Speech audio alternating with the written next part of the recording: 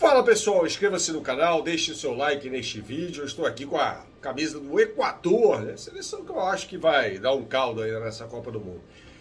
Eu nem vou, neste vídeo aqui, citar os patrocinadores de costume, né? O OneFootball, a KTO, o Átila Reis, porque essa é uma opinião minha e eu não quero vincular, né, comercialmente isso, né?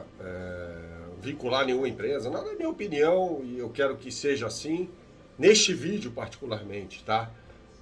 Porque os jogadores da Alemanha fizeram um protesto antes do jogo em que a Alemanha perdeu, e a gente vai chegar lá para falar sobre a Alemanha, para o Japão de virada por 2-1, né? Baita zebra na Copa do Mundo, e eles na foto oficial taparam a boca, né? Em sinal de protesto, porque o goleiro Neuer entraria ali com a braçadeira de capitão do One Love, né, com as cores do arco-íris, em referência, é claro, ao movimento LGBTQIA+, o que é proibido no Catar, né? E aí, muita gente, até eu quero saber se você concorda com isso, eu vou emitir a minha opinião aqui, não quero que ninguém concorde comigo se for o caso, é apenas a minha opinião, tá? Você pode deixar a sua opinião aqui nos comentários. E muita gente, claro, opinou sobre isso, tomou conta do noticiário, né? E eu queria só falar aqui o que eu penso sobre essa história, né? Veja, é uma manifestaçãozinha, tá? Essas organizações, eu não vou chamar de entidades, não, essas grandes organizações esportivas, FIA, automobilismo, COI, Comitê Olímpico Internacional, e FIFA, no futebol, nunca tiveram problema nenhum em se associar a regimes de que, de uma forma ou de outra, violaram os direitos humanos, né? Teve a Olimpíada, por exemplo, em 1936, na Alemanha do Hitler. 3 anos depois começaria a Segunda Guerra Mundial. Teve Copa do Mundo na Argentina do Videla, né? O Avelange tirando foto ali com ele. Teve corrida de Fórmula 1 e muita gente, talvez vocês sejam mais novos aí, não se lembrem disso, teve muita corrida de Fórmula 1 em Kyalami, né? Um circuito na África do Sul, na época do Apartheid, regime de segregação racial na África do Sul. Onde eu quero chegar com essa história toda? Então, para a FIFA, não há problema nenhum, e é de interesse dela, a FIFA, que não haja nenhum tipo de manifestação. Tanto que ela orientou os árbitros a darem cartões amarelos para os jogadores que, porventura, se manifestassem de alguma forma, seja comemorando o gol, seja com uma simples braçadeira de capitão, tá? O que eu penso é o seguinte, por que eu chamo de manifestaçãozinha, né? Todo mundo sabe que é assim no Catar, né? Se tem alguém que poderia fazer alguma coisa, é justamente a Confederação Nacional desses países. No caso da Alemanha, a Deutsche Fußball-Bund. Fazendo o quê? Não vamos à Copa. Vocês não vão para a Copa do Mundo? Não, somos tetracampeões mundiais. Se a gente não pode fazer manifestação, a gente não vai para a Copa do Mundo. A Alemanha tem tamanho para isso, né? Os jogadores milionários, né, tem tamanho para isso. Aí você vai perguntar para mim, pô, Bernardo, mas você já cobriu uma série de eventos internacionais aí e tal. Cara, eu preciso trabalhar, né? Se a minha empresa me manda para a China, como aconteceu nos Jogos Olímpicos de Pequim, entre outros países, eu tenho que ir lá trabalhar. Eu sou duro, né? Agora, os jogadores, esses jogadores aí, são consagrados, né? Você pega a Alemanha, cara, não é a primeira prateleira do futebol mundial. Ali tem jogadores que atuam nas principais ligas do mundo, né? E então um cara desse poderia chegar e falar, quer saber, eu não vou para a Copa do Mundo.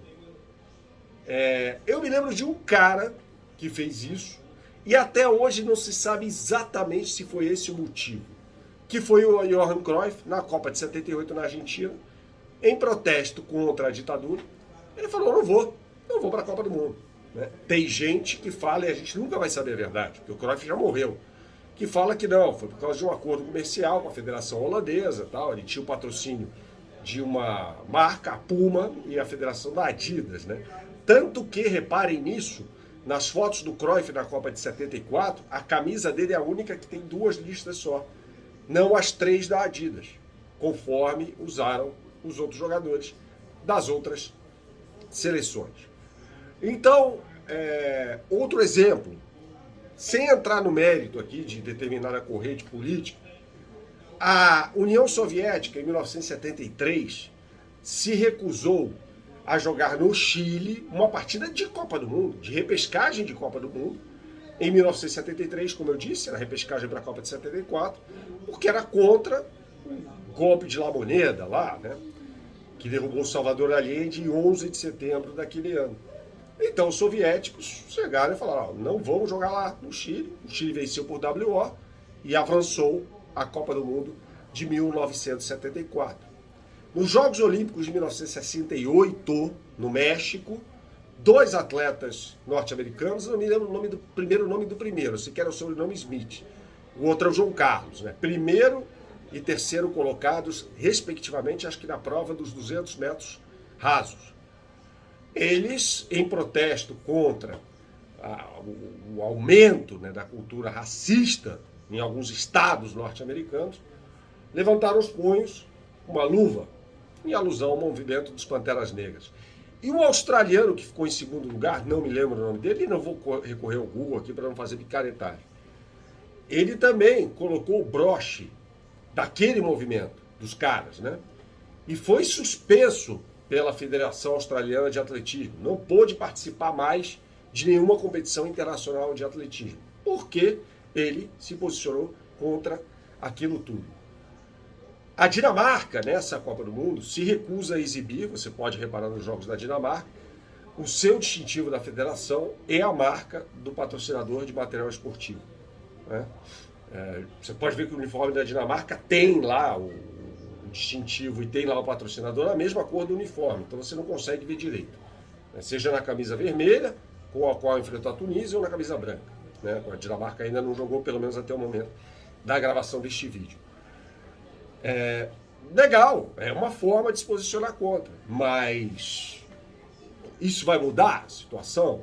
Isso vai mudar, por exemplo, isso vai questionar a FIFA em relação ao processo de escolha dos países que cediam as Copas do Mundo, para não ser uma coisa só baseada no dinheiro. E veja, é legítimo pela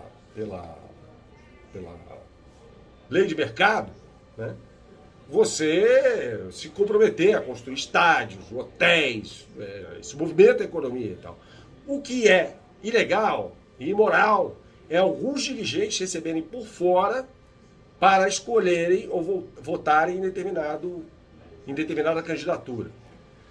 O Catar venceu os Estados Unidos com 14 votos no Comitê Executivo da FIFA.